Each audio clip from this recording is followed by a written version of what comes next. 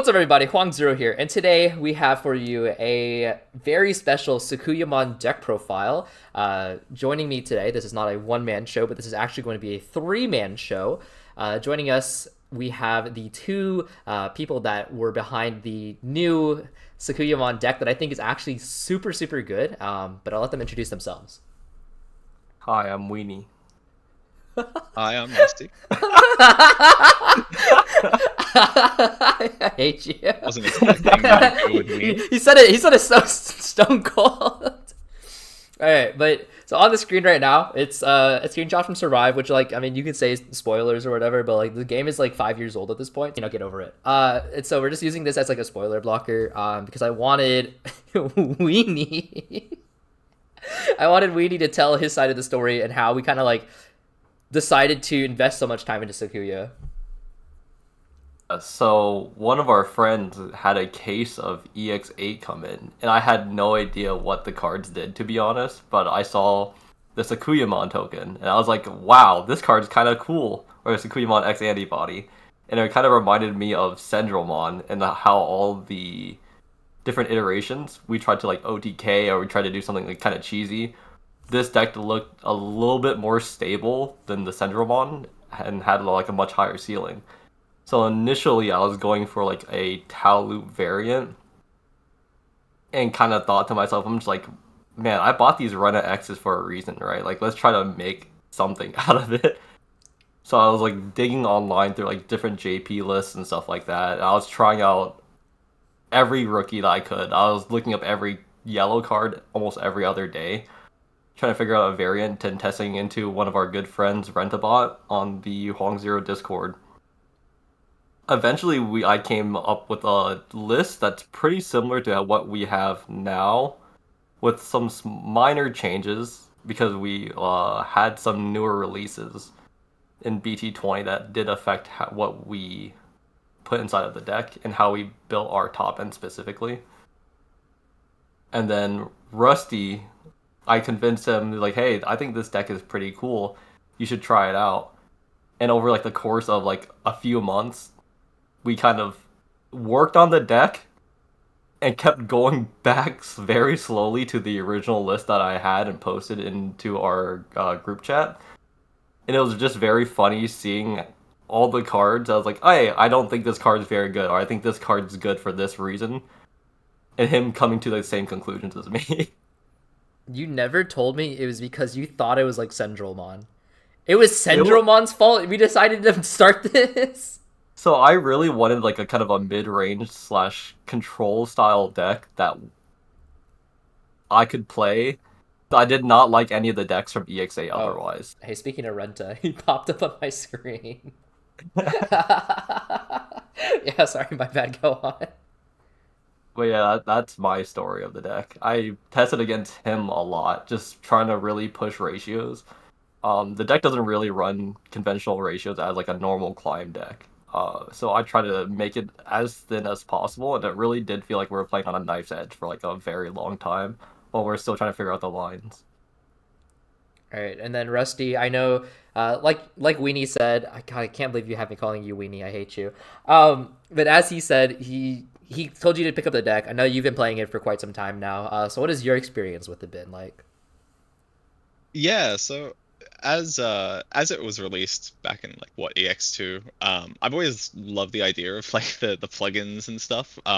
Being primarily a purple player and a loop player, it felt like a really cool system to like be able to weave in like these like toolboxy sort of options. But the deck's been completely unplayable up until recently, where Weenie has brought me in and shown me this list and said, hey, this is really cool, you should test it. And yeah, as we started testing it, let's throw in the memory set of Oh Tamer, my. or let's swap the ratio on the rookies. Wait. Let's lock some ads for you. Yeah, I was gonna say I didn't expect. Oh God, no. Okay. Anyway. And so as we were testing it, yeah, we kept making these changes, but we always just came back to the original list over time, which is just sort of like a testament.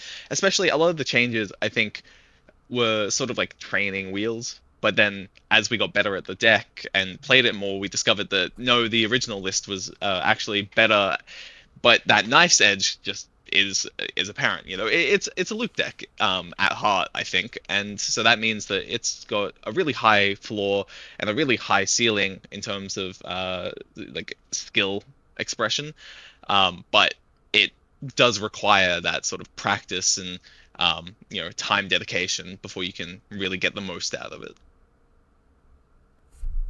All right, and so before we cut to the deck list, is there anything else that either of y'all want to say?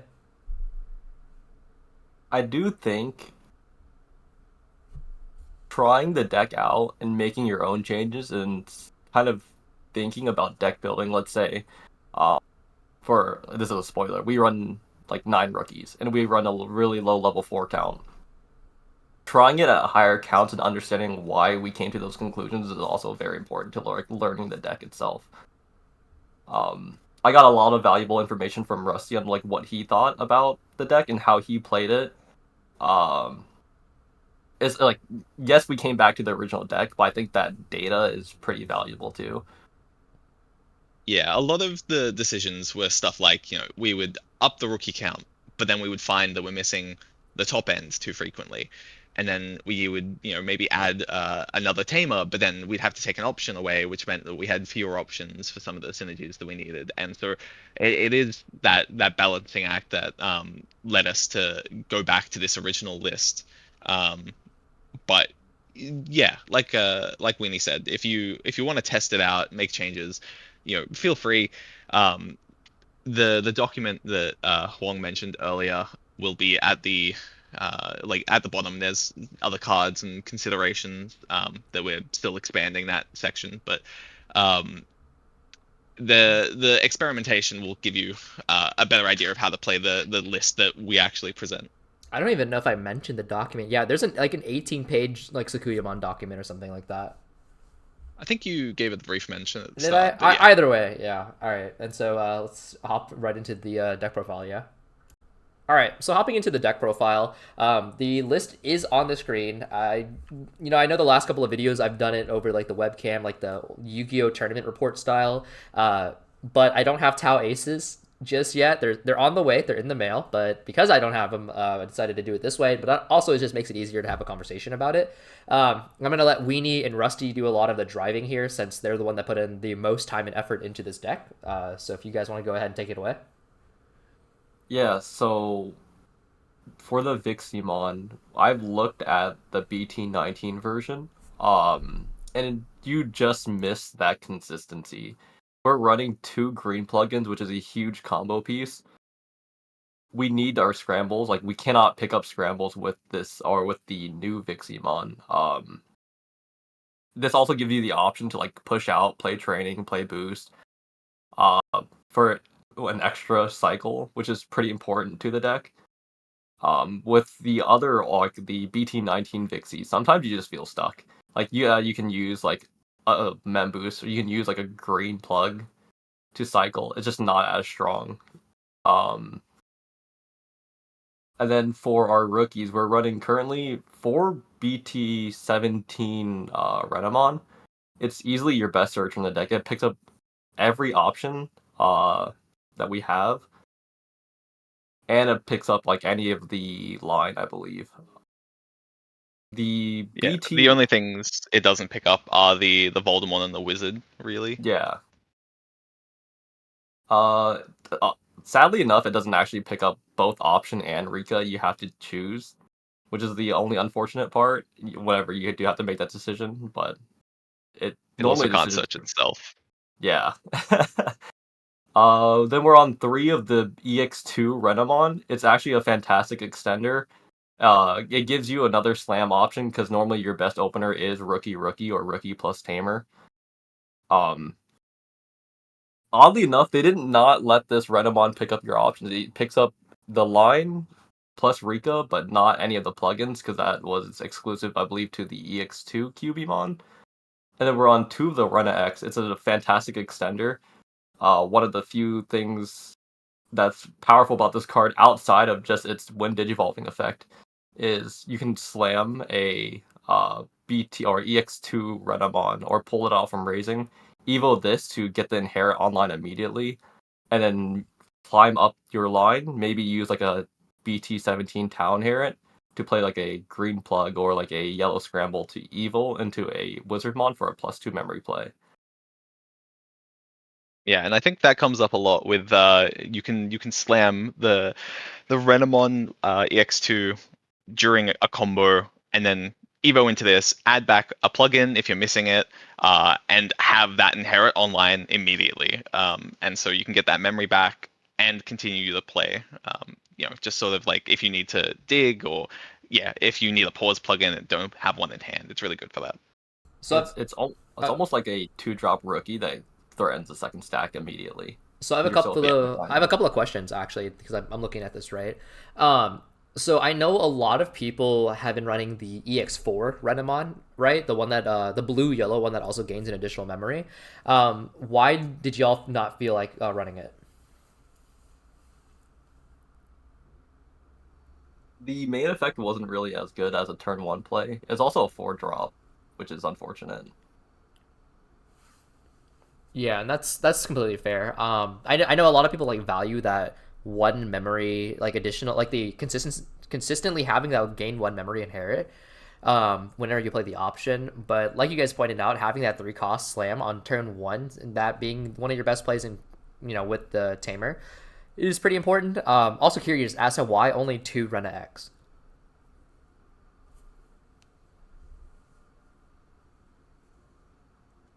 It doesn't come up as often as you think it would. We're only on 5 plugins, and I'm personally on 1 Noble Family instead of a pause plugin. Um, to get that plugin into the trash, you already require so much. Because even hitting it out of security, you still have to have a Tamer on board to play it in order to get it into trash to actually recycle, and it's still a 4-drop rookie. It just does not do anything early game for us, but it's a fantastic extender. Would you consider? Comes up Oh, sorry, go on. So it comes up late game a lot. So having it at 2 means you are going to most likely be able to have one in hand by the time you need to play it.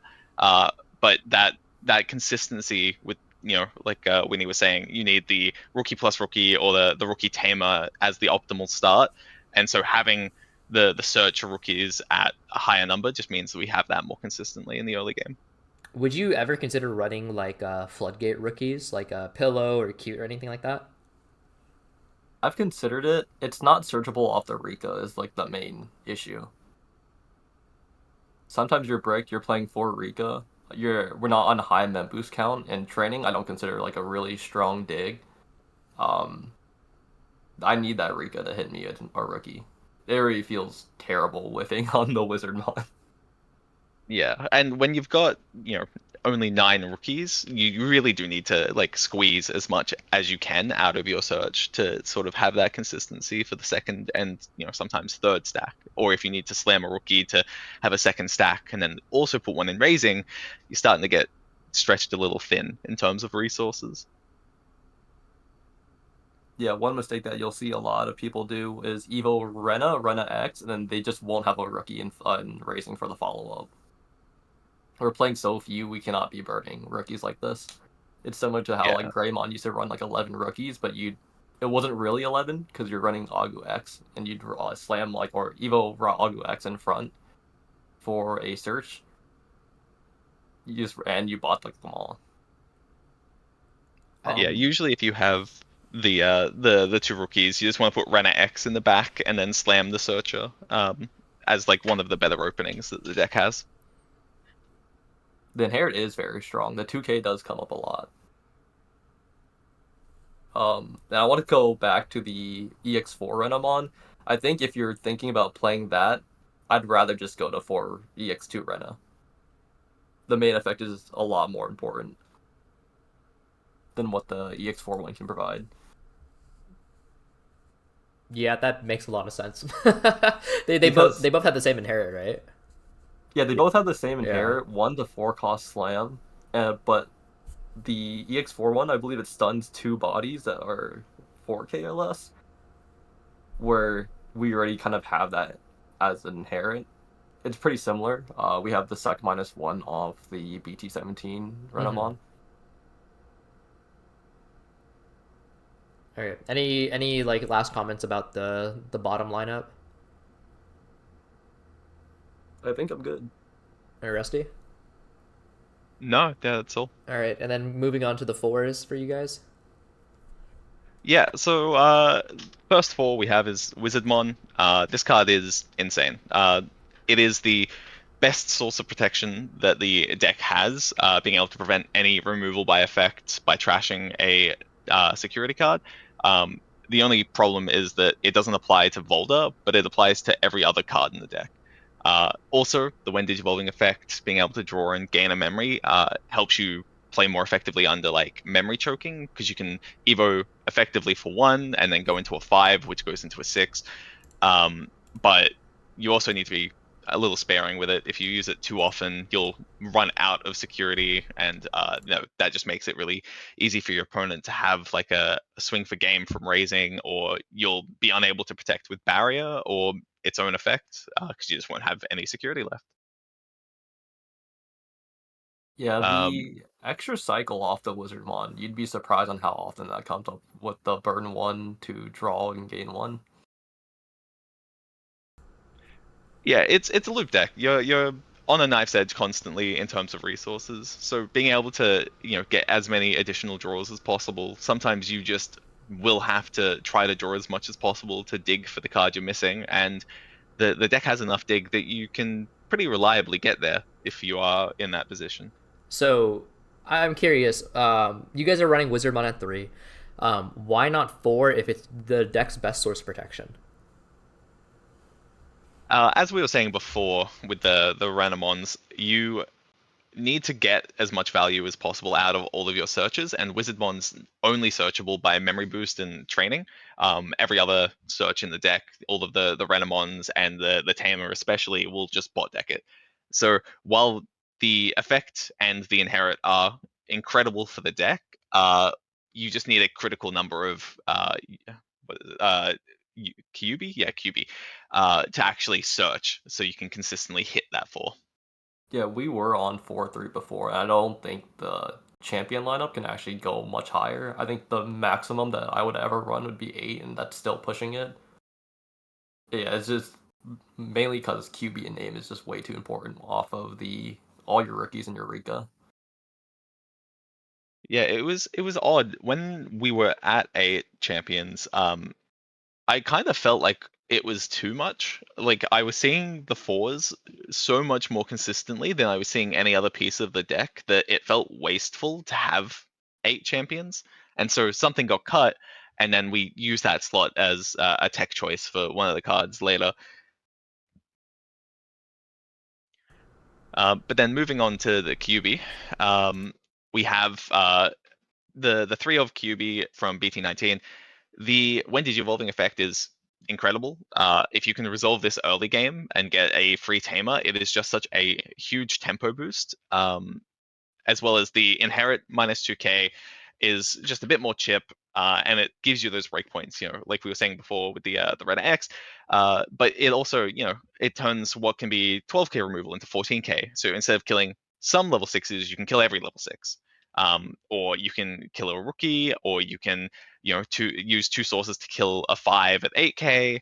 The breakpoints just are super important in this deck, and a big part of the learning curve is knowing how to set up a stack that can remove what you're likely to run into from the opponent. So In I'm. early testing, Oh, sorry. Go sorry, on. in early testing, if I was blindly evoing the Wizardmon, I really miss the 2K a lot from the inherit. Like, yeah, I'm not like as safe as I should be, or in terms of my stack, but at least I'm able to clear the board. So what I wanted to ask really quickly is that with these type of champions, like the ones that like play out the free tamer and whatnot, historically what ends up happening is that we'll see like turn one slam rookie and then turn two evolve into the champion to get the free tamer, right? But I understand that you're kind of playing with, like you guys have said, like a knife's edge with in terms of like resources, like you only play seven level fours. So in this with these ratios, do you still feel like that turn two play is valid, or do you find yourself refraining from doing that in this deck? In a lot of my testing, it has sort of been highly contextual. If I've got a second level 4, there's no reason not to. I'll just go for it to get the Tamer down, especially if that Tamer can be used that turn to then, play a training or something for effectively one memory. It's insane. You just get so much tempo from that play that having one less 4 isn't actually that much of an impact because you already know you have the second one in hand. But with the fact as well, we do have 7 level 4s. 4 of them are searchable, and we have a lot of search in this deck. So a lot of the early game is the you know trying to balance searching and gaining tempo so you can maintain your position in the game, and that makes it easier to clear boards or go for the win sooner than your opponent can. So high context, I think, in my opinion, but it's not something you should rule out just because we have so few 4s. Yeah, like Rusty said, this deck is oddly good against blue. I'm not afraid to just evo the QB in front, especially against something like Barrage, where I know that I can just get it back if I really need to, because they're just gonna bounce me. That's their form of removal. And I mean, I guess spoilers for later on in the video, but we do play 4 scramble. So with Yeah. seeing 1 level 4, even if it does go to the trash, you can still grab it back later with scramble. And there are games where playing scramble early does let you set up for an aggressive QB play because you know you can just grab it back.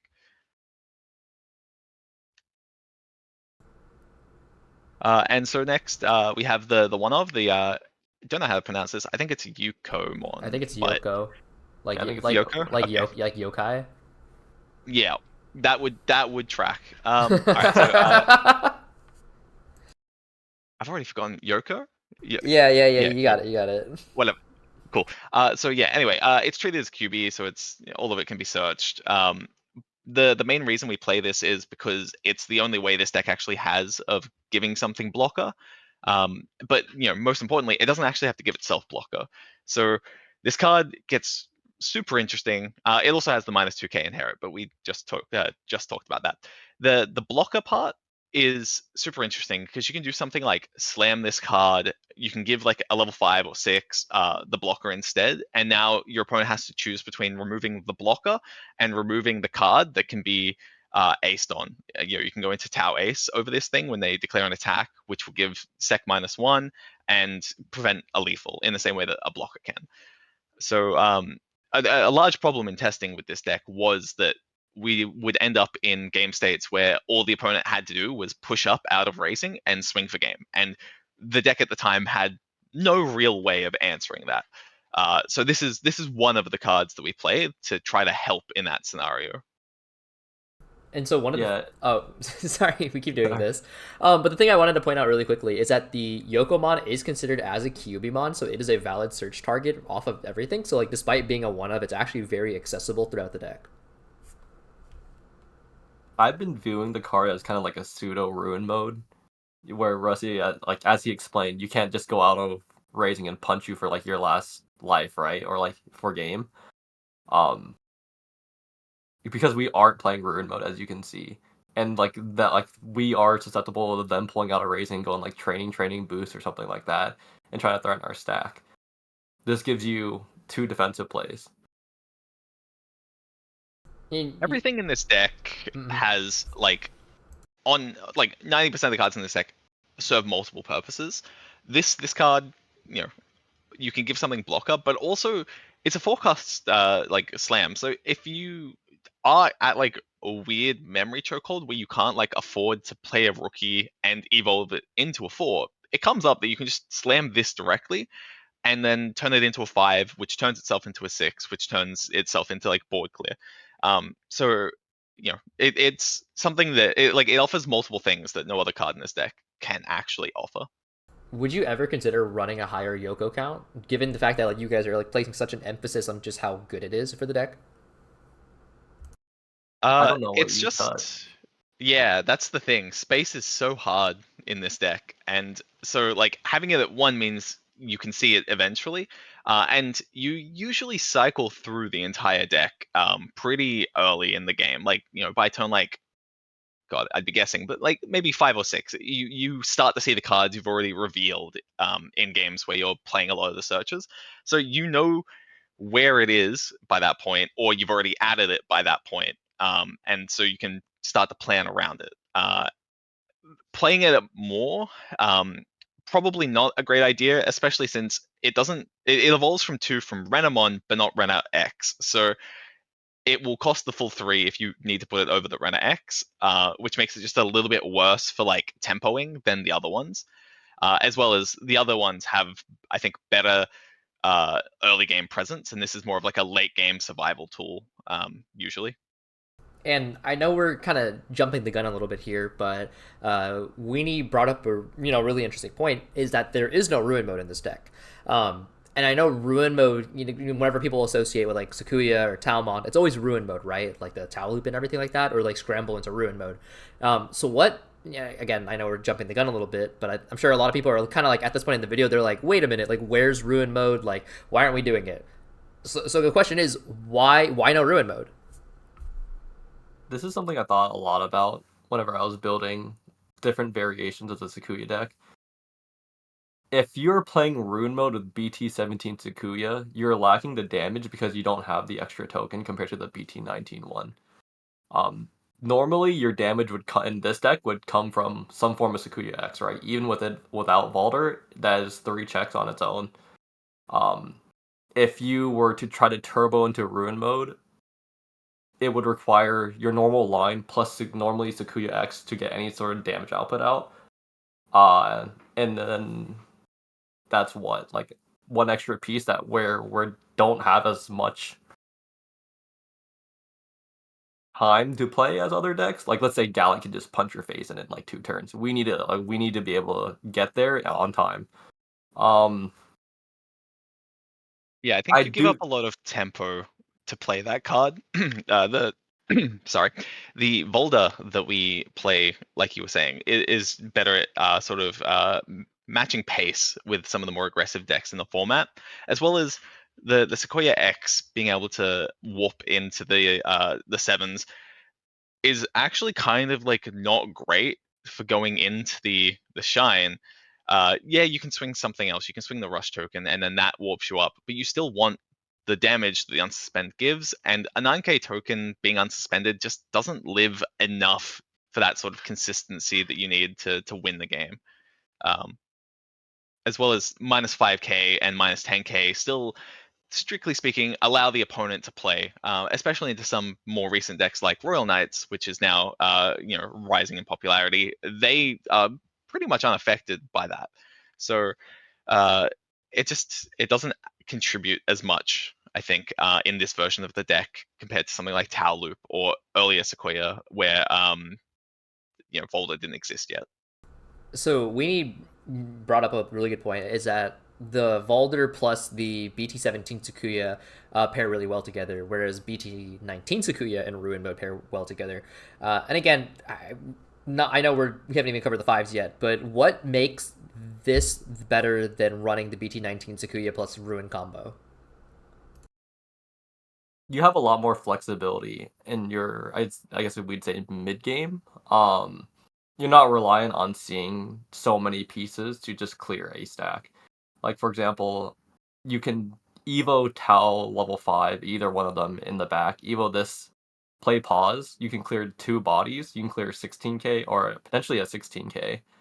But most level 6s nowadays are like 12, 14. Without committing too much. If I play the BT19 Sakuya, I kind of have to see the what do you call it, the BT17 Tau, and my goal is to try to end of attack ruin mode, pop it myself, pop them, to even try to remove them, and I'm playing into the ace threat a lot of the time.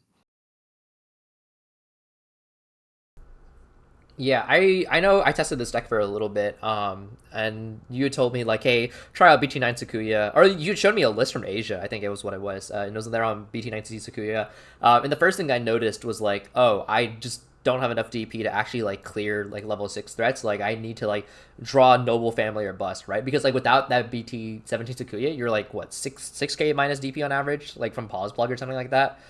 So then you're like overly reliant on Noble Family. Whereas with the 17 Sakuya, that extra DP minus from it, because it's -6, right? Yes. Yeah, so -6 from that, then -6 from pause, and then like if you add on like a -2 from like your rookie or your level 4 lineup, then you can hit like 14. That's like really significant. So for me personally, I definitely do agree that having this streamlined process of removing threats definitely feels a lot better. Yeah, for the longest time, I've tried BT17 Sakuya before Valdor's announced with the Ruin mode. You just lack the damage. You gave him a lot of time to try to come back into the game, and the Ruin mode's basically a dead stack. All right. Yeah, and Oh, go on. Sorry. the BT19 Sequoia, it does have its place. It's played a lot in like the loop version, Tau loop, where the draw is a lot more important because you're trying to keep that engine going. You need to draw cards so you can draw more draw cards and more pieces and combo and all that. But in this version, we don't actually, we're on a knife's edge with the resources, but we still don't need that draw as much as we value the tempo and the removal in terms of staying in the game. We have enough resources to be where we need to be, and what we're actually lacking is value for those resources to turn into. Okay. And then just to keep the video going along, you guys want to move on to the fives, or is there anything else we want to say? I I want to talk about BT19 with Valder. Okay. You just don't have enough clear on your board. Like you're leaving too many bodies up to activate their wind evolving effects um on the clapback unless you really want to swing into them. But you don't even have piercing to pressure. It leaves a lot of room for the clapback if you try doing that pair. But we can go ahead and talk about the level fives. Yeah, so we have the BT17 Talmon where the inherit is actually extremely important for your combo. One thing that you can do if you want to stop the ace threat is if you have a Sakuya X on board with this Talmon beneath it, you can swing Sakuya X, play pause plugin to unsuspend for free, and then you can use the inherit of the Talmon to reduce your scramble by 2 cost to even to a free Valdar arm. Well, not free because you need 2 megas underneath it to be free, but assuming you have 2 megas, you can unsuspend, like swing as an unsuspended Valdar arm for 2 checks and then swing again. The inherit comes up a lot, even to Evo your secondary stack as well. For the second level 5, we're playing Tau Ace. I'm not the biggest fan of this card. It lacks a lot of what I want from the previous Talmon, which is the inherit, and it has overflow, and it doesn't have barrier. Like the ace threat is fine. It doesn't come up as often as I'd like. And the -4K, we have so much removal, especially since you can play Noble Family. Um, but it is your other best level 5 option because you can run BT10 Talmon, which can only play plugins. That's not great considering we're on 4 Scramble and so many non-plugin cards like 4 Training, 2 Boost. Yeah, more than anything, having the fives let you consistently play both the green plugin or the scramble for 0 to then go into a 6. That's the most important thing that they need to do.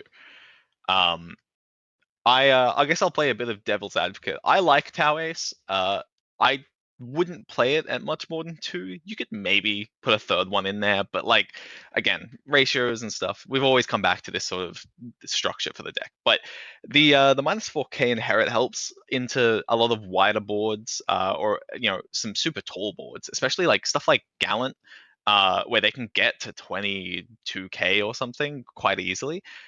You find that like you need all of this DP minus to like actually consistently clear it. And just like I guess for context, Galax will be immune for the turn until you pass memory over to their side, and at that point, that's when the DP minus will apply before it becomes their turn.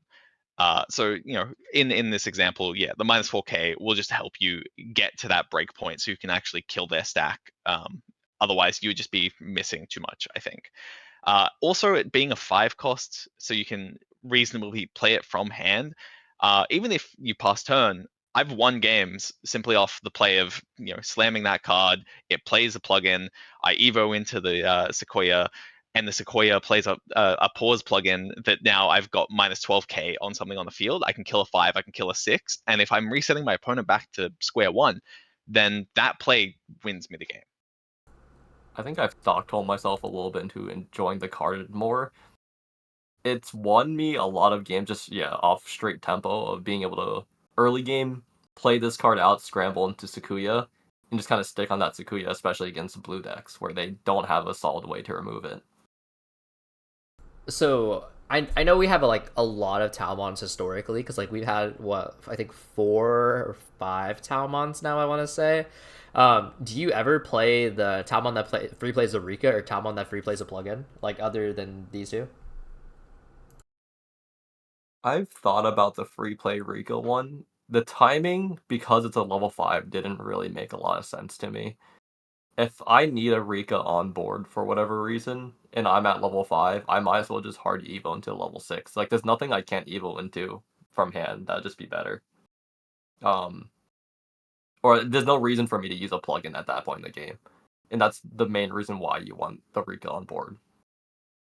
One of the earlier versions that I was testing was playing the tower that would play a Rika, but I was also playing, I think, like 6 Tamers at that point, and so it was coming up more frequently.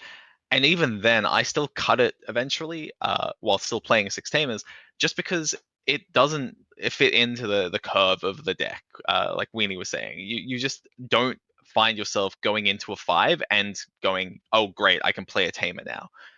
Usually the 4 is enough, especially now that we're on 4 Tamers, to get the 1 or 2 Tamers that you actually need in to play. So Uh-huh. now I'm curious really quickly. So I noticed that BT17 Talmon has barrier attached to it. Do you actually ever use that? Yes, you swing on it quite a bit. With the Volda arms combo, you can kill from 4 security. So having ways to consistently chip your opponent down to 4 in the early game makes you a much bigger threat. When you have like the turn 1 play of rookie and raising rookie on the field, if you're going first, that rookie usually survives. Not always, usually. And so you can swing it. That's a great way to chip them down. If you don't have that rookie or it doesn't survive, the next best way is going into the Talmon with barrier and swinging that, especially if it has a wizard, because that stack is almost certainly living. They can't beat over it because you'll just barrier again. They can't get rid of it by bouncing or removing it because they're likely going to pass turn. They'd have to remove it twice or beat over it twice to actually, or not even beat over it twice. They just have to remove it twice to actually get rid of the stack. And so the following turn, you have a lot of follow up. You can go Sequoia and then do the combo, or you can just clear their board. It becomes a really big threat. And so is this under the assumption that like you evolve Talmon and you probably play like a memory boost or like a training or something like something that doesn't evolve you into Sakuya, right? Because otherwise, then you could just like swing on Sakuya, evo Sakuya X, and then like do the untap that way. Although There you're are losing times you're losing Balder where damage, but yeah, there are times where you don't have the combo. There are times where yeah. you don't. You need the 6K for a follow-up turn. Yeah, there are times where the best play is just playing a training or a boost. You can while we're on it, you can play a boost off Talmon for 1, and that might let you choke them to 1 while setting up some resources for you to use the following turn. But also you can just raise it from the raising, and if you go into the 5 and raising, it's not always ideal, but it's not always a bad idea either. And so you push up, you swing, and then you can play a Tamer or slam a rookie or something to pass turn instead. Yeah, it comes up. Yeah. Um, Pulling out a raising sometimes because you can notice that we don't have a mem setter. We just don't have them always the memory to be able to go into a level 6 while swinging, which is a little bit unfortunate. But it is what it is. Yeah, I mean, it's not all the time that we struggle either. We do get a lot of memory from the Rika, which we'll get to later. We have some of the memory inherits, and the deck is just really good at cheating up its curve. Like there are times where you can play a plugin or a scramble to go into the 4 or into the 5, and then another one to go into the 6, and then even another one then to go into the Sequoia X, which then goes into the Boulder for 0. Like you'd have to have a lot of them in hand, and it would have to be a really high value play for you to be using them all. But that does come up, or training, training into the 4, plugging into the 5, plugging into the 6, and then you can do it that way. So not having a memory setter is actually not a hugely negative thing, but you do need to be aware of what memory breakpoints you can and can't do things on following turns, and what your opponent is likely to do. I think actually having a memory setter can be detrimental, especially early game, because you do take some time to ramp up. And if you're slamming a memory setter turn one, you can let your opponent play so memory efficiently. It accelerates the game too fast, and it can get out of your control. I'm Yeah, not the biggest fan of it. like the fact that we're a combo deck means that we actually value as many turns passing as possible a lot of the time. So like that start of turn draw, and even like pushing up a rookie and making a new stack in the back, it's not actually a bad thing for like the memory to bounce between one on their side, one on your side, and it obviously depends on the game, but it can be valuable to not have that memory setter. Okay, and so I feel like we've talked about the five section for quite a bit. Do you guys have any last minute comments about that? Nope. I'm good. All right, so moving on to the sixes then. Sounds good. So the first six we have is the Sequoia. This card is by far the best removal that the deck has. You get the -6k all the time. You don't need to play an option, but you can also optionally play an option for free.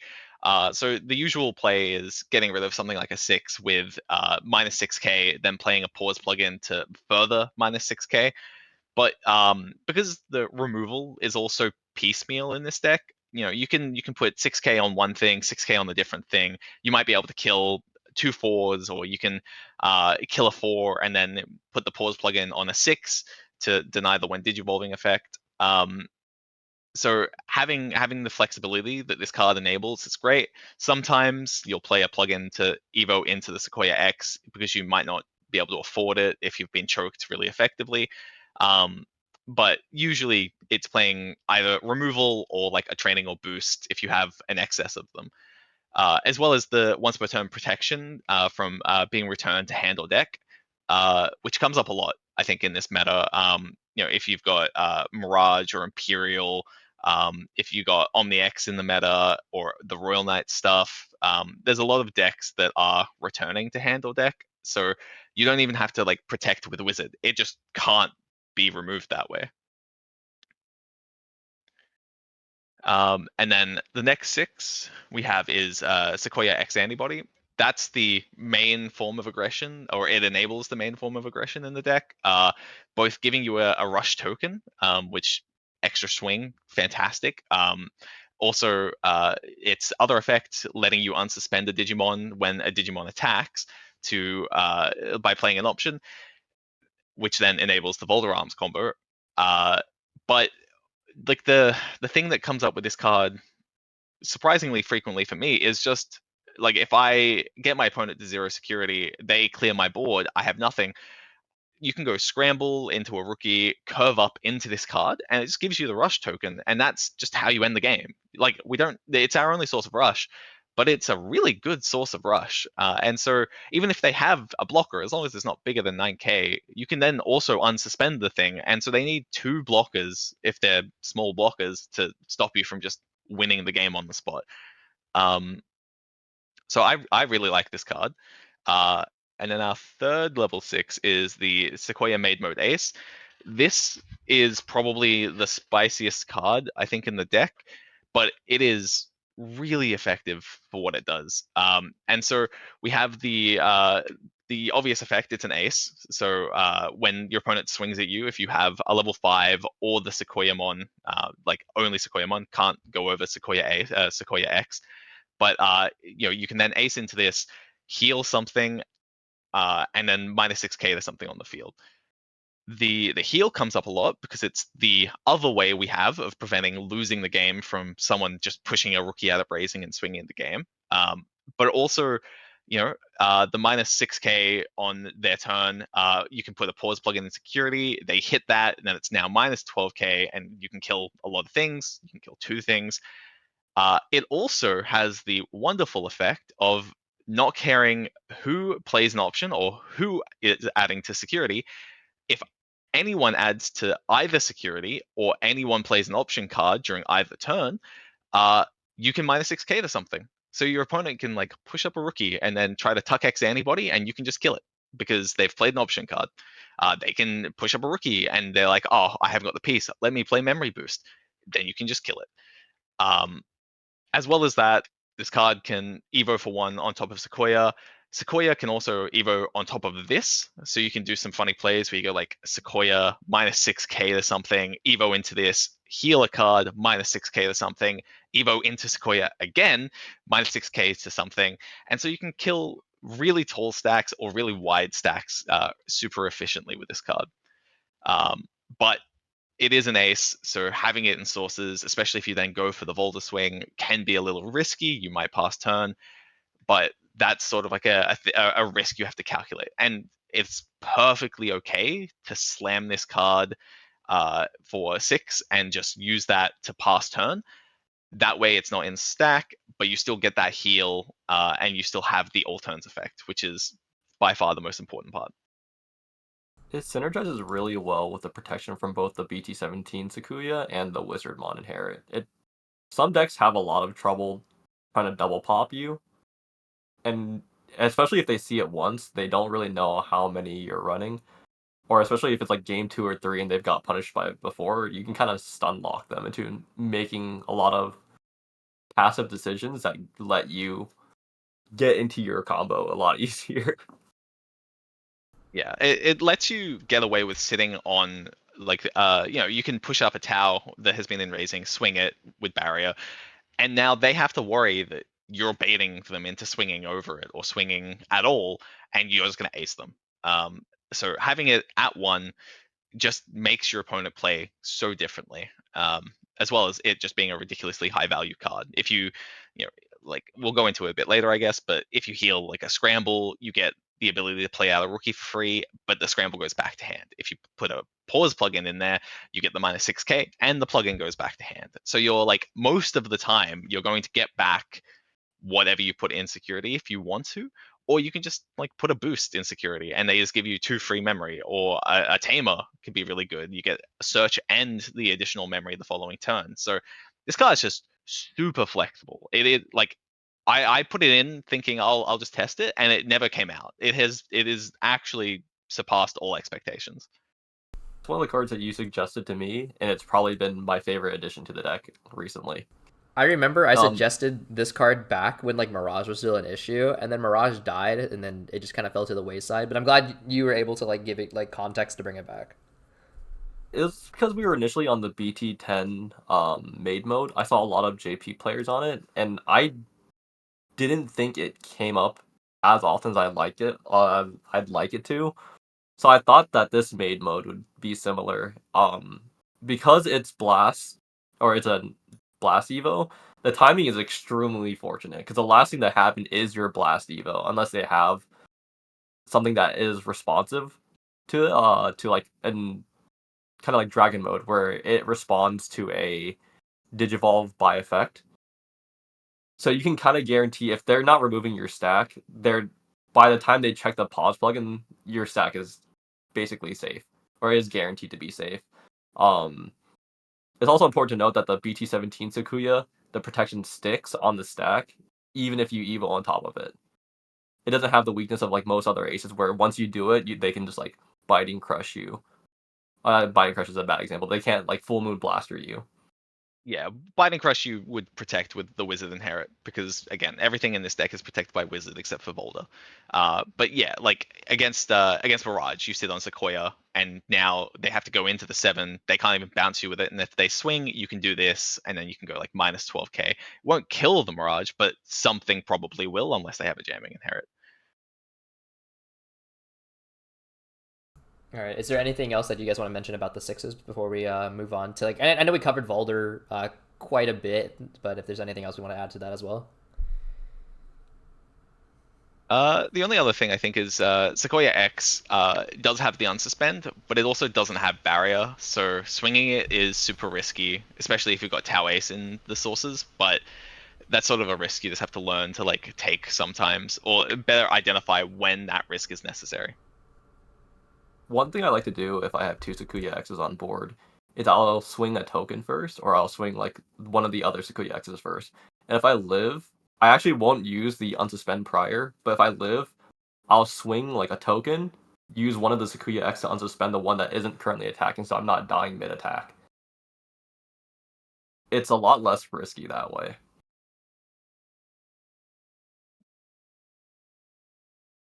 All right, and Cool. then yeah, moving on to the Volder. I mean, like we already talked about Volder quite a bit, right? We talked about how like it gives you like additional pressure. You can use it in combination with the scramble to gain that additional memory and kind of keep that turn, so you can swing up for 4 damage. You're never going to resolve the partition because obviously you're not jogressing into this thing. But let's talk about the practicality of disabling the on play effects, right? Or not only that, but like also stunning the board. Going into this format, there are a lot of decks that rely on that on play. We see Royal Knights, for example. I know it was mentioned a little bit earlier, but that deck's been seeing a surge in play. Obviously, Volder's one of your best tool, if not the best tool against that deck. And there's also Red Purple Imperial, which is a deck that heavily benefits from like its various on play effects. And obviously that's gated by Shadramon a little bit because Shadramon is like what, like $100 right now or something crazy like that.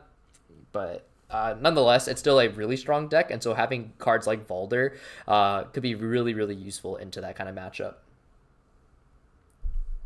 Also, Yeah, I'm pretty passionate about the Volder thing.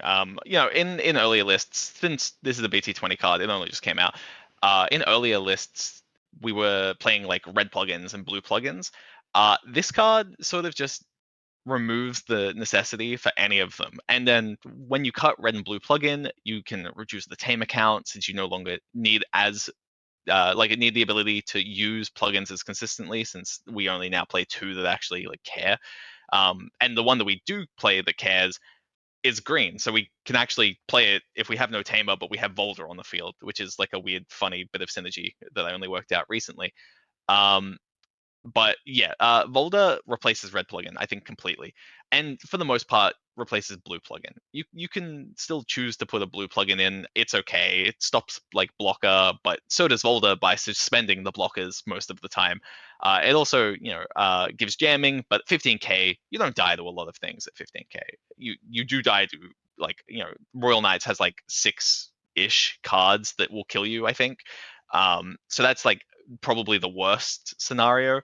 Uh, but you're more likely to die to, or like you're about that likely to die to like a security bomb or something anyway. Um, I think giving up that like red and blue plugin to put in Volda is just insane when you also consider, like you were saying, the floodgate effect. So you can tap you run into purple hybrid, you tap their tamers, and as long as you don't hit tamers in security, they won't be able to necessarily clap back with any sort of response. Or you can go into like Royal Knights, disable their own plays, kind of shuts the deck down entirely. And that's just something that red and blue plugin just don't offer at all.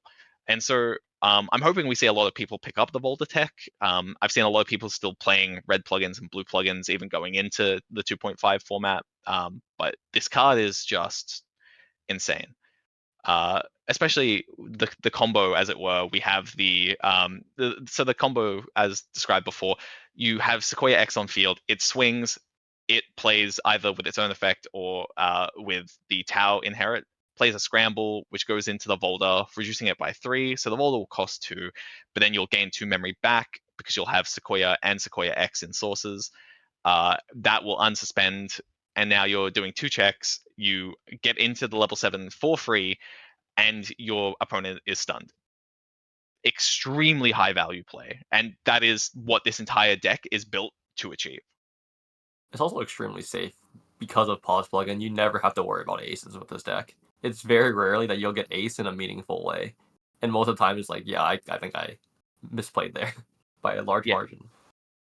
yeah, and like you can pause multiple things. So like if your opponent has 2 level 6s, they can both ace into a 7, right? Like let's say you're against Royal Knights and you're worried about them going into Jesmon GX or Crimson or whatever ace they're playing.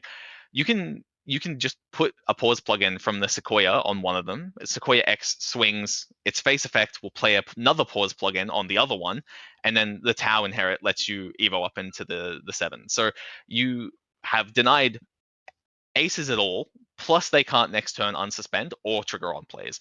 There's very little they can do from that situation. Even if your Volder does die in security, you're just going to have so much advantage going into the following turn that you'll be able to win that turn instead. So I know that wait. Yeah, okay. Wait, no, oh my god, I had a thought and it was like literally at the tip of my tongue and then I just like fell out of my head. But oh no, I remember now. Okay. So damage mapping wise, I know this deck isn't exactly like maybe you guys have had a different experience, but like it doesn't exactly OTK, right? Like it's more consistently like a 2-turn kill, right? Um and so with the Valder combo, you like do the Valder, you 4-check on Valder, and then you swing token, right? So it's 5 checks. So if you get a single chip in, isn't that just like lethal off the rip? Yeah, Rusty mentioned that earlier with the Oh, did he? barrier on the Okay. Palmon. Yeah. But Uh, yeah, that is sort of the key play is chip mm, them down and then you threaten the lethal with Volder. And you're not wrong. It is more consistently like a 2-turn kill. Even if you have them at 4, there's like a chance, like not a necessarily high chance, but the chance that the stack dies in security. And so you've got to prepare for that eventuality, and you can get extra chips in early to reduce the chance that you hit something and you get punished by variance, or you can set up a board going into their next turn that's super wide so that they'll struggle to remove all of the pieces and you'll have more swings for the following turn. And so like I think a lot of people get scared by the fact that Volder can die on its swing, but like really don't. Like it's such a non-issue in the games I play that it doesn't like it tilted me at the start. I'd be like, of course I hit the Omni X that's 16k or whatever. But then like eventually I realized it just doesn't matter, and so it doesn't tilt me anymore. Like I'm just like, oh well, that sucks. Anyway, I'll win the game anyway. Like it really is such a non-issue. Because of how we built the level 6s, we have so much board clear, and what we can't clear will just get stunned. And it's a lingering effect, the no on play and no on suspend on their turn. Your Even if you die, let's say first check, your follow up is so strong and they can't do anything in response, or it feels like they can't do a lot in response, especially if you map out your turn properly. Like if you see a scramble, you can actually just hold them hostage by applying a little bit too much DP minus on one, maybe pause plugging something else. They don't get any windage evolving effects, and they're locked out of on plays for that turn. There's a lot of ways that you can go around your stack dying early. And Valder isn't something that's searchable through the Rena. It's extremely good when you see it, but I never felt like I absolutely needed it at all times. The deck is functional even without the Valder.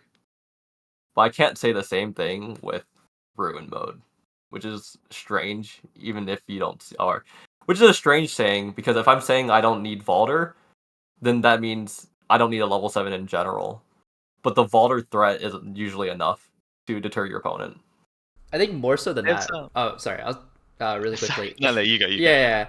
I was gonna say with ruin mode, more often than not, what ended up happening, I felt like ruin. Whenever I saw the ruin mode, I felt like baited to do the ruin mode play. 'Cause, like I would lock them out of 5k and then I'd lock them out again 5k. Because like I didn't get the minus 10k in a single turn off. Like often enough to where I was like, yeah, this is super sick. Because I mean, like at the end of the day, you scramble into it for like 2 costs, and sometimes you're that's gonna pass your turn, right? Because you're playing on a knife's edge in terms of like margins. And so I would do this, and like I would just all of a sudden all my damage would get halted because you've lost your unsuspend. You're doing this ruin mode. Your stack is gonna kill itself, like all this other stuff. But with Valder arm, you push damage so much that like you said, if you don't see the Valder, like you can still play the game. But if you do see the Valder, you're pushing their shit in like super hard. Whereas if I see the ruin mode, I'm not even guaranteed to win the game sometimes. Yeah. If you see the Valder arm, if you go into the Valder arm, you basically win the game. It's so ridiculous of a card. I expect to see this card a lot in decks outside of Sakuya as well. I mean, We've yeah, it's seen Crossheart adapt it. It's the best card in 2.5, right? Like just outright. No. Yeah, and it's not even the best card in its own deck. Which No, is like, no, it's not. I mean, not that surprising, but like, yeah, like you've seen decks we've talked about decks like Leopard being able to Hmm. go into this card more consistently and more effectively than its own archetype. This deck uses it better than its own archetype. It is an extremely high value card. Um, and you don't even have to like use it in this deck as part of like this kill combo. There are Yeah, it's not an uncommon sight for me to hard evo into this to pass turn sometimes because I know that I'm in the position where my opponent could quite easily respond to the board I've built, and that's no longer true if I play this card. I can stun whatever's on the field. I can stun his tamers. I can prevent him from like slamming, a crimson or whatever. It's just such an effective floodgate effect that like you don't have to kill with this card for it to be a massively positive influence on the deck. All right, so I feel like we've spent a lot of time talking about Valder. Do you guys want to move on to the options? We move on to the options. So we're running 2 green plug, 4 scramble. I was on 3-3 initially, but the green plugs very early game are just a brick. If you don't see the Tamer, you can't activate it. I guess you could do it with Balder, but at that point, you should have Tamer access. I haven't seen a situation where I was able to use green plug because I had Balder but no Tamer yet. Uh, the security effect is actually insane. If you look at this deck, you run a good amount of sec bombs, right? If you consider like the 4 Tamer being a sec bomb that could change how your opponent might view your turn, 4 training, 2 boosts, the scramble randomly giving you extra searches, this plugin randomly giving you extra searches and adding to hand. Um, if there was a way to play a 5th copy of Scramble, I'd probably play Scramble like that 5th copy instead. But right now, we're stuck with kind of the 2 Digivolution plugins. I've seen the draw come up often, but I'd like the consistency of the Scramble a little bit more. I think it's Whereas, hard to see the draw like be effective because usually you'll play it like 3 turns earlier, and the extra card advantage will just compound on itself. And so it's hard to see the advantage, but it's fairly useful in terms of like the effect. it's also pretty funny seeing me with this on a Vixie and be like, oh, I kind of hope I draw into it. So you have to resolve the full effect of the green plug first. You have to draw, attempt to Evo, and then Vixie can activate.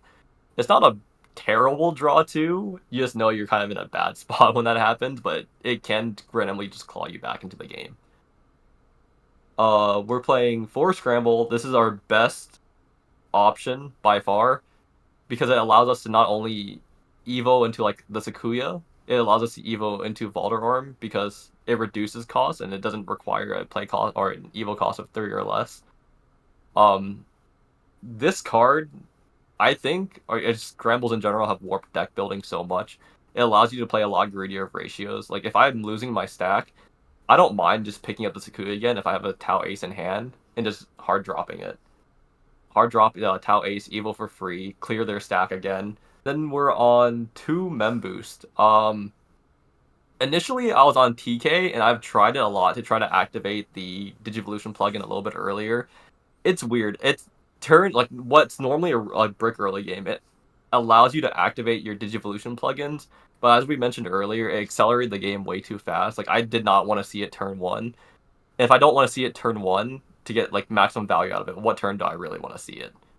Um, so now we're just on 2 Membus, and there's something to be said about playing Sakuya, free playing Membu, sitting on that, sticking, then threatening the ace while you're slowly building advantage. And I think like a big part of the reason why we prefer this to TK is because the option count is super important for being able to trigger the unsuspend on Sequoia X. I've definitely lost games in the past just because I didn't see an option. And a lot of those games were I misplayed. I played the boosts super early. I played trainings super early, and then I didn't have them in hand later when I needed them for the unsuspend for Sequoia. That is something that like TK obviously can never do.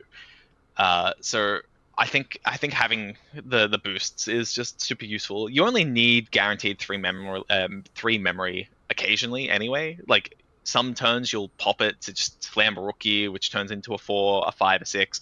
But a lot of the time, the memory you have in like Tamers and in the Inherit is fine.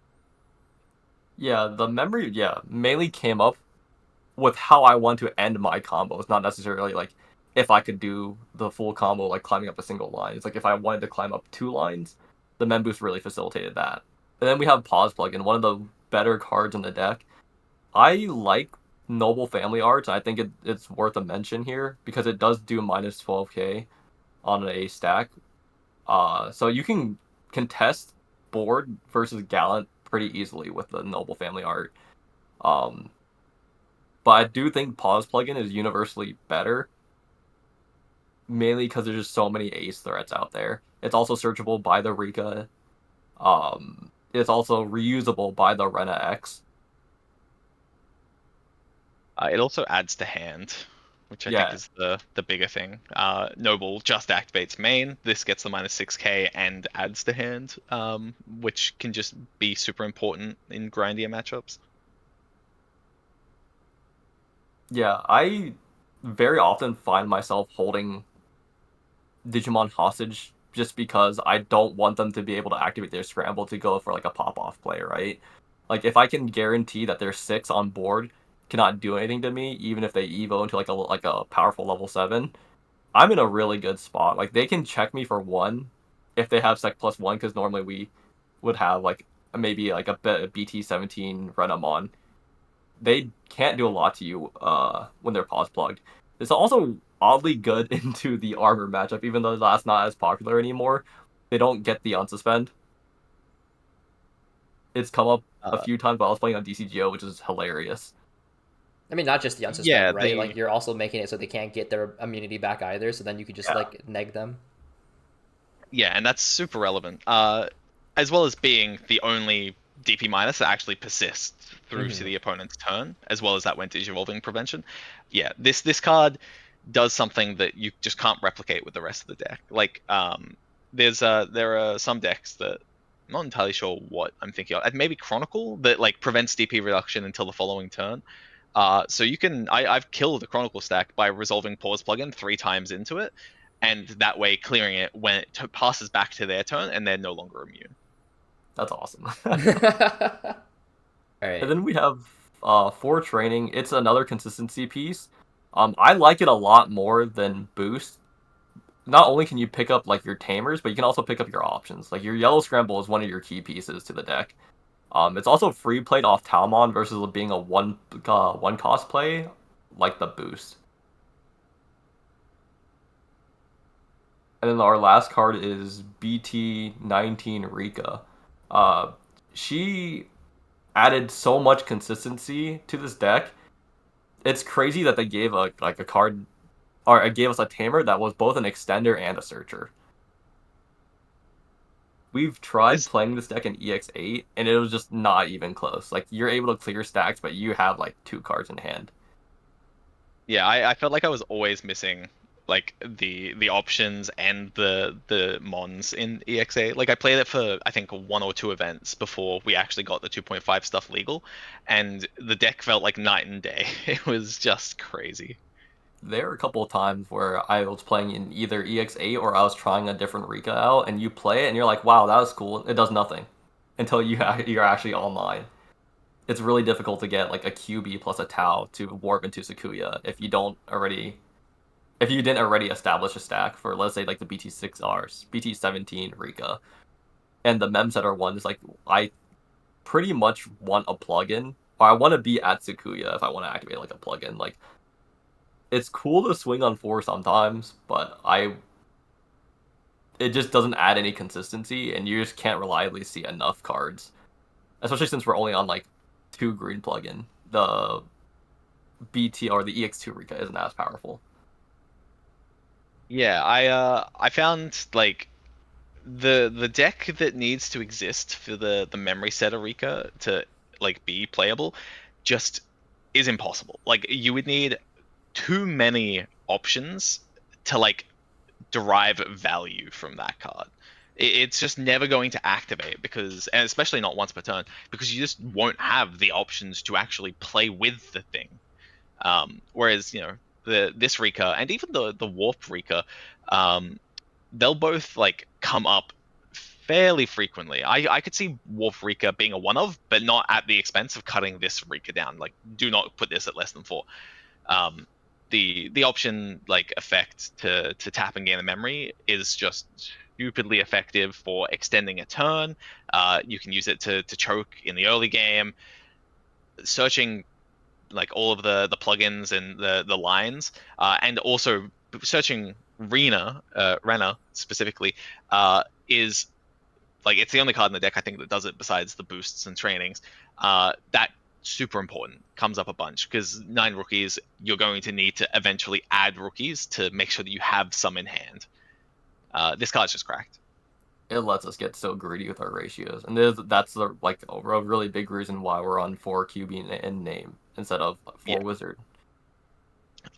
And like you were saying before, like the options and the tamer, you have so much value in security, and it's a really good format for that because I think a lot of decks are chipping you down. Purple Hybrid chips you down.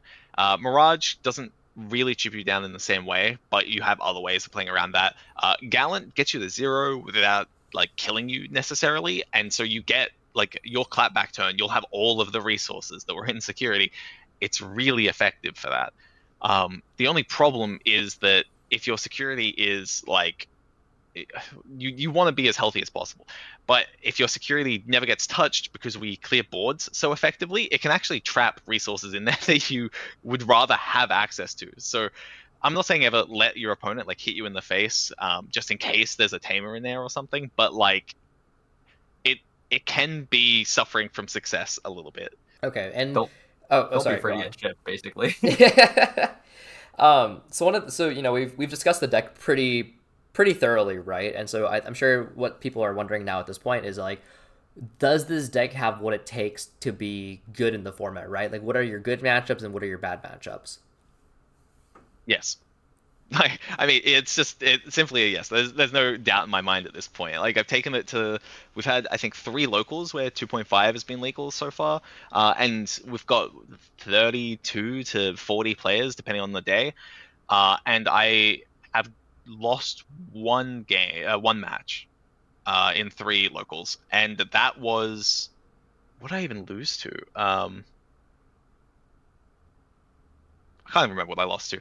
But you know, this deck, I've beaten Royal Knights consistently. I've beaten Imperials. I've beaten Red Purple Imperials, Gallants, everything. Like I haven't.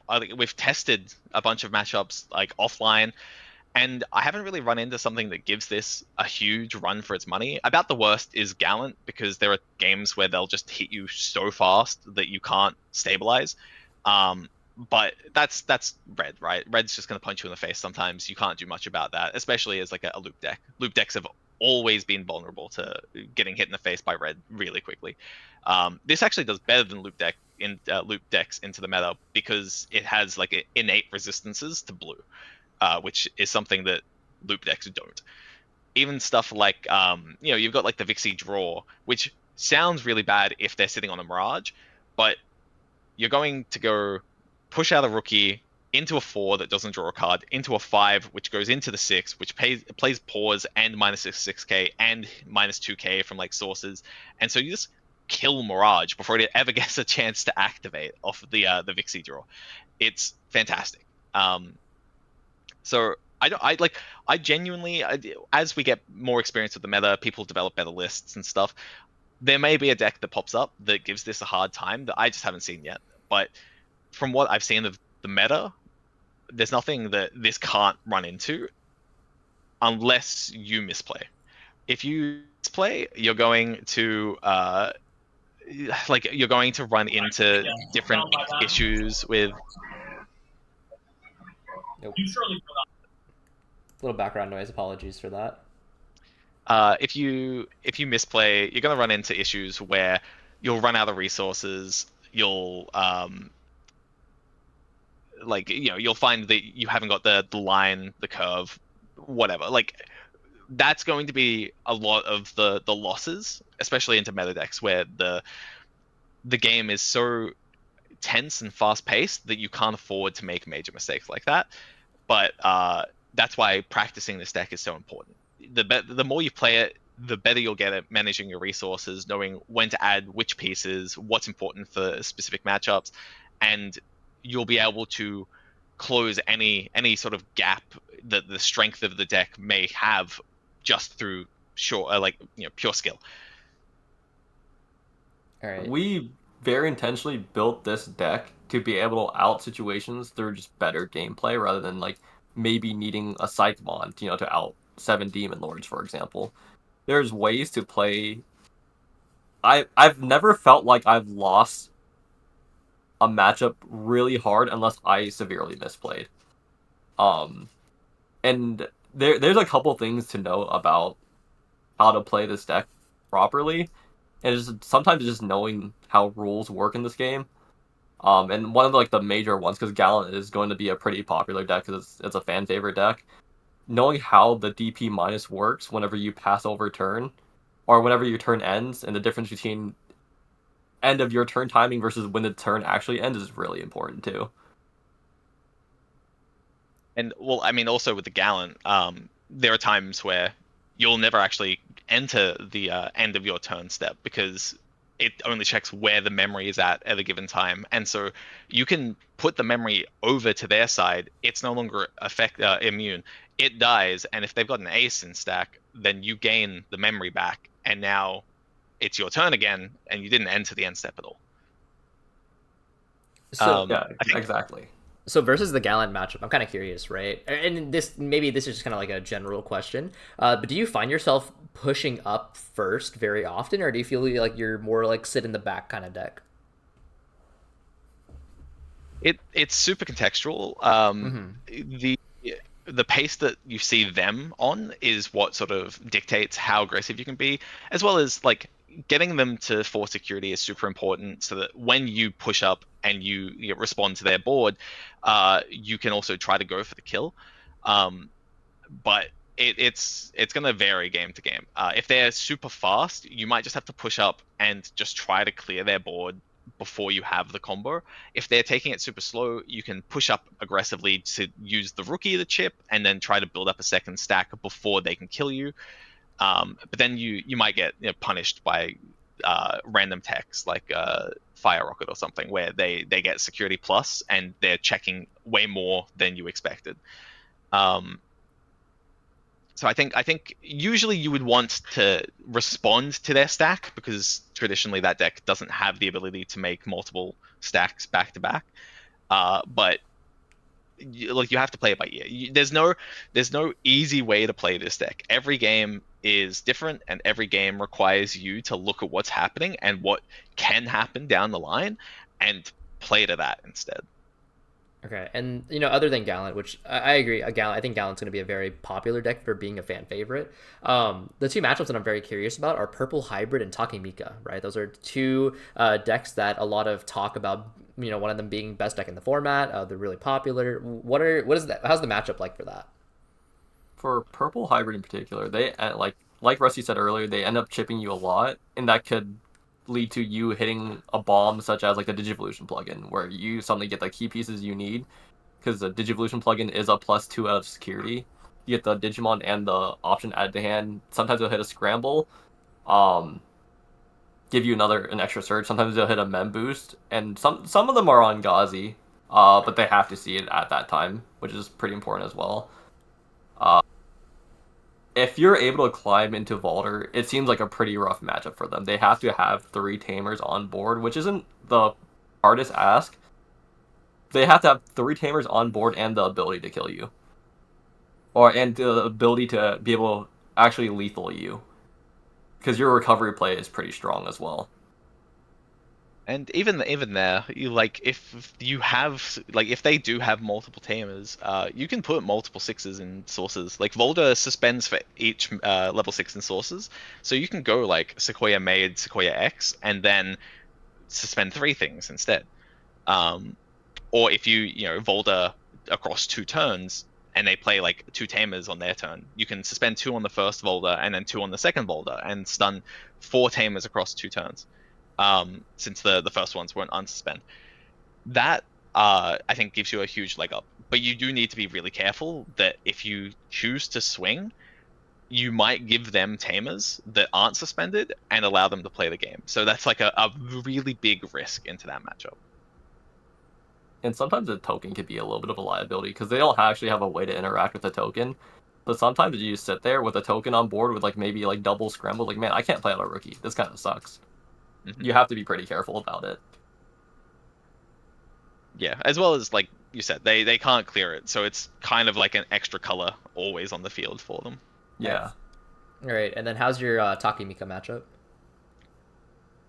Take, I haven't tested enough to be super confident about how I view that matchup, but Volda preventing unsuspends can help deny their kill combo.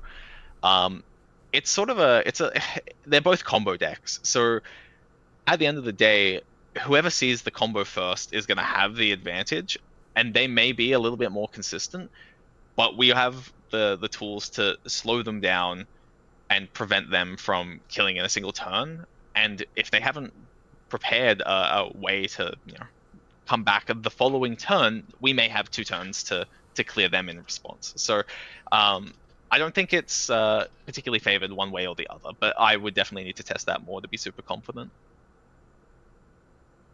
Okay. Would you think it's just like a speed check? I think so. Um, it like you see games where Take will kill you turn 2. I don't think this deck is ever going to be that fast. But then if they just can't find a piece, there's more than enough time for us to get into the Volda, chip as much as possible. Uh, they do have cards, I think, that will kill us. What's Take's DP? Is it 15? 16. 16? Yeah, okay. So if you hit the Take in security, that can kill you. But like you're trying to just get the when did you effect like in other matchups. So just focusing on like digging as fast as possible and trying to like hit that Volda to deny their kill turn is probably the best bet. Okay. And then, I feel like we've kind of summed up really just about everything about this deck. And obviously, there's more about this deck probably that we won't be able to cover in this video because this video is running really long at this point. But like we previously mentioned, there will be a Google Doc in the Huangzhou Discord with additional details and, all that other jazz, right? So before we wrap up this video, do you either of you have any closing thoughts?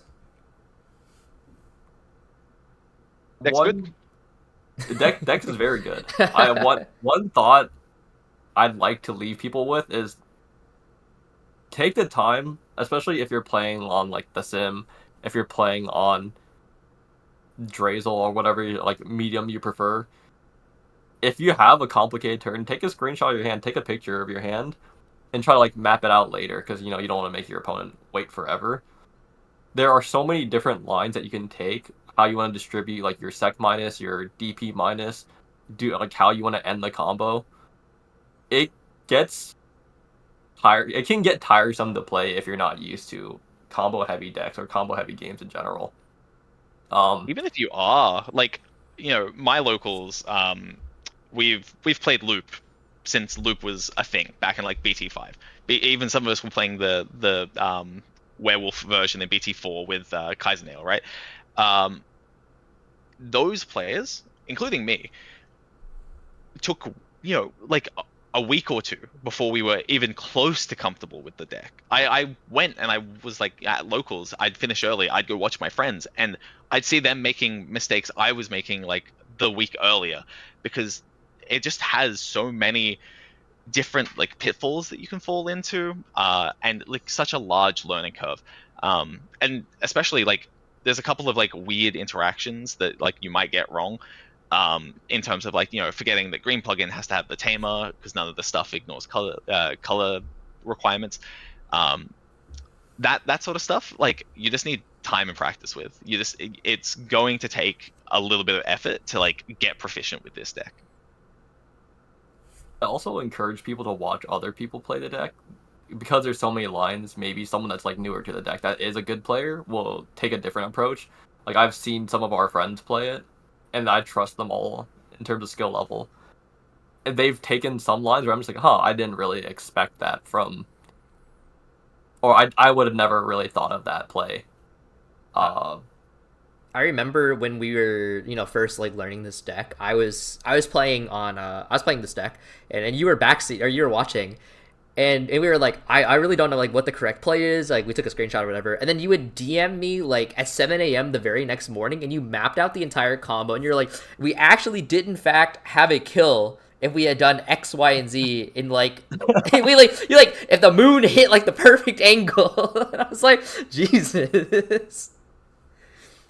So yeah, definitely this is one of those decks where like it's very complicated. There are like a lot of moving pieces all at once, and you have like as Rusty's pointed out on numerous occasions, everything has like a certain context to it that you have to be aware of, and it's just there's always, and this is probably like one of the things I like about Digimon the most, is that there's always like 5 different options present to you at a time. But when you play this deck, there's like 10 different options present to you at any single time. So it is very overwhelming, but definitely it's a lot of fun. So if you like those more complicated puzzle type decks, I mean like literally dual puzzles, right? This is a really good deck for you. But yeah, so any last minute thoughts, guys? I love dual puzzles. Yeah, I know you do, buddy. You literally watched it on the airplane. The dual puzzle that we saw that first time was probably what actually convinced me to play this deck the most. Yeah. That was super interesting. Who was it that posted it? Was it Kurov or Shane? Yeah. It was Kurov, right? Uncle Kurov. Yeah. Yeah. There's like 2 lines lethal, but I'm like, there might be 4. Well, there was only one. One of them wasn't legal. Yeah. No, I was like, there might be actually like 4 lines. Was there 4 lines? 4 legal lines. I have to go back and look to see if Okay. there's like anything we missed. Maybe But, we gotta start tweeting out Sakuya dual puzzles. Oh, dude, that'd be great. All right, but anyway, so that is going to be a wrap on the.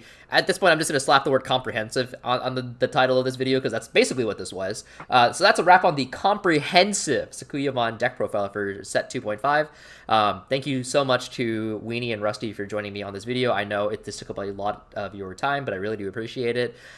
Be sure to join the Hoang Discord if you want to check out the Google Doc that Rusty so graciously set up.